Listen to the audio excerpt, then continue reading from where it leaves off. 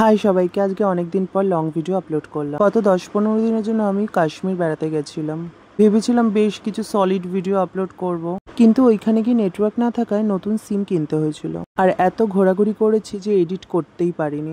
এডিটই বা করবো কি করে? যা ভিডিও শ্যুট করেছিলাম তার মধ্যে থেকে বেশিরভাগই ডিলিট হয়ে গেছে। এই ভিডিওগুলো আমি আমার মাসির ফোন থেকে খুঁজে পেয়েছি, তাই আপলোড করলাম। এই যে রিভারটা দেখতে পাচ্ছেন, এটাকে লিডার রিভার বলা হয়। এটা জম্মু থেকে কাশ্মীর যাওয়ার পথে কাশ্মীর ভ্যালির পাশে পড়ে। ইন বিটুইন সোনমার্গ গুলমার্গে আমি যাওয়ার পথে যেই ভিউগুলো পেয়েছিলাম সবই মোটামুটি ডিলিট হয়ে গেছে।